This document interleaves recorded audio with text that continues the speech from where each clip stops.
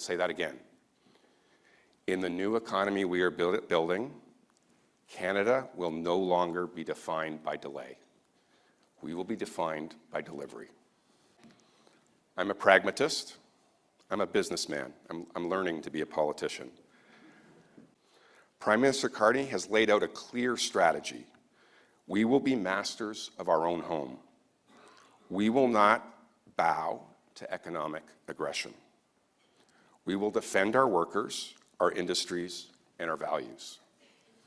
We are living through what the Prime Minister calls a hinge moment in our national story. This is not a time for half measures or slow steps. It's a time for bold action, clear decisions, and a renewed spirit for building. No more asking, why build? The real question is, how do we get it done? In the new economy we are building, Canada will no longer be defined by delay. We will be defined by delivery. It begins with a vision to build Canada into a conventional and clean energy and natural resources superpower. We have the resources. We have the people. We have the ideas. And we now have a government determined to lead and help unlock the potential of Canadian workers and businesses. We are taking major steps to back that vision with action. First, we will identify and fast-track projects of national interest. These are the projects that matter to our economy, our environment, and our sovereignty.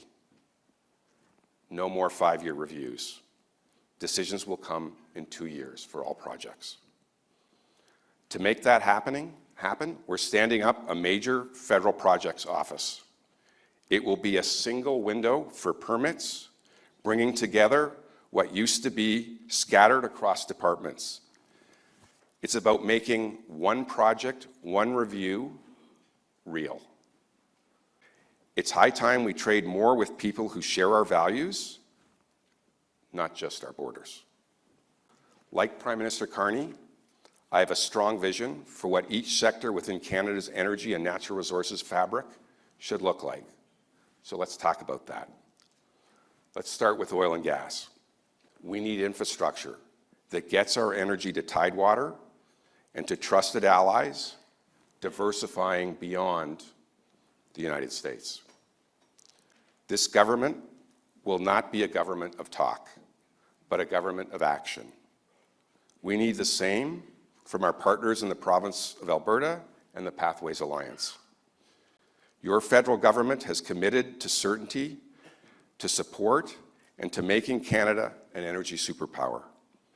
But we need partners who are also willing to make good on their promises. For those of you who have gray hair like me, maybe you remember the oil embargo of 1973. When the SS Manhattan was bound for Eastern Canada with loads of oil that we bought, and the then President of the United States picked up the phone and diverted those tankers to the United States. We can never let that happen again. Energy is power. Energy is Canada's superpower. It gives us an opportunity to build the strongest economy in the G7, guide the world in the right direction, and be strong when we show up at the negotiating table. I believe our future depends on integrated electricity grids. Our new government will quickly work with the provinces and territories on east-west transmission and a better integrated system. This is part of what the Prime Minister means when he says one economy, not 13. A pan-Canadian grid means more reliable, affordable, sustainable power for Canadians. It means powering industries from AI to manufacturing. And it means exporting energy between provinces who want Canadian solutions. Let me turn to critical minerals. When it comes to mining, we know that Canada also has what the world needs. We have lithium, we have copper, we have nickel, we have cobalt, we have manganese. And of course, We have one of the world's largest supply of high-quality uranium. I could keep going. But we need to do more than just dig. We need to process and refine here at home and export to the world. Our first and last mile fund will connect remote projects to infrastructure, ensuring our critical minerals get to market with the associated value-added processing. While we continue to work towards a long-term solution, we will use more Canadian wood at home to address Canada's housing and other building needs.